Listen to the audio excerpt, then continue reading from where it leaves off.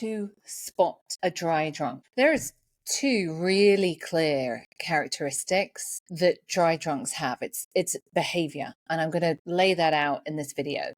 Before I do that, I want to clarify what a dry drunk is. A dry drunk is somebody who has realized they have a problem with alcohol, has quit drinking, but hasn't done anything else. And the reason that their drinking became problematic was they were using alcohol to emotionally regulate.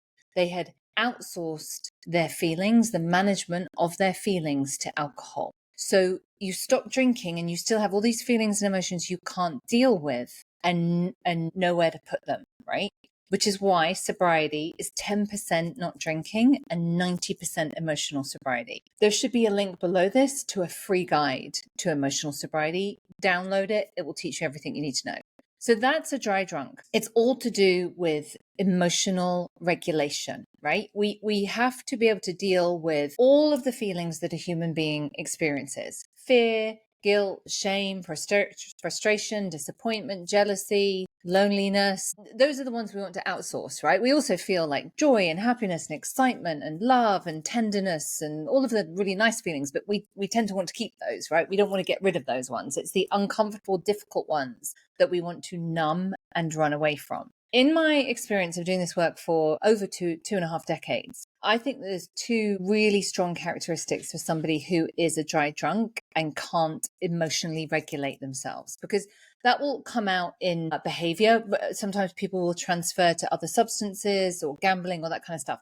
But here's the two behaviors: anger and control. So one of the characteristics, control, I think you probably can spot that maybe in yourself or in somebody you know. So it's about controlling other people, what they do, what they say. It's about controlling events, and it's about controlling outcomes. And it's with the reason that people want to do that. And it's often with good intentions, right?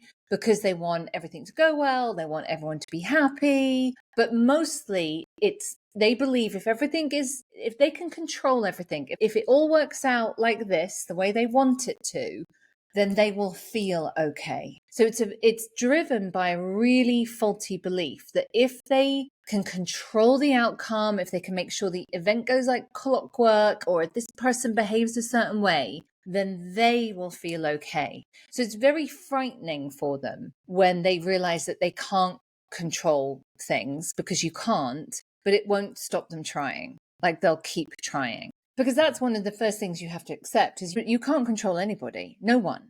I mean, I have 2 kids, right? You can't get people to behave in a way that suits you. You cannot get people to do things, say things the way that you think they should be done or said, because everybody is autonomous. Everybody is operating on their own perception, their own experience, their own wounds, their own feelings, right? It's nothing to do with you. I mean, sure, you can exert pressure and manipulate people, but it's never sustainable, right? You'll never be able to do that for very long. So, and this is really common. This is a really common behavior trait with people who have an alcohol problem, is we can spend so much energy trying to control, again, with the good intentions. Everyone will be happy. Like, if this event happens the way I vision it to happen, everyone's going to be delighted, right? So just get with the program. Do what I say. Do what I do.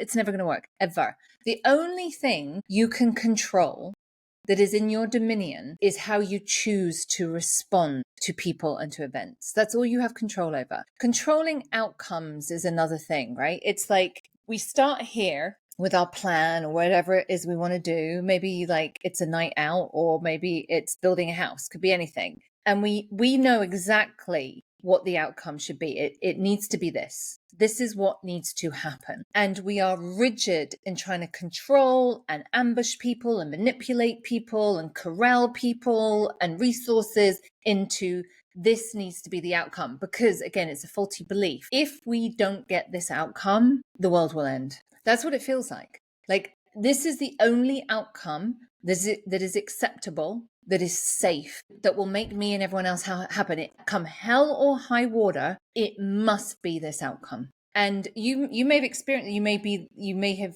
recognized this in yourself, or you may have been around somebody who is always trying to control outcomes and what people do. And you will know, if you have been around somebody, that it's really unpleasant. It's really unpleasant to be around those people. They're not agreeable people. It's not fun. You know how it's going to go, because when we are hell-bent on control and we realize that we can't control things, we then get really angry. We get really, really angry. The dry drunk is in this place of just being really, really angry and trying to be really, really control. And like, they don't like the feeling of anger, so they exert even more control to try and quell their anger, but the control doesn't work, so they get more angry. And it just feeds off each other. And it is so unpleasant. It's unpleasant to experience the world that way. You're always going to be disappointed. You're always going to be frustrated.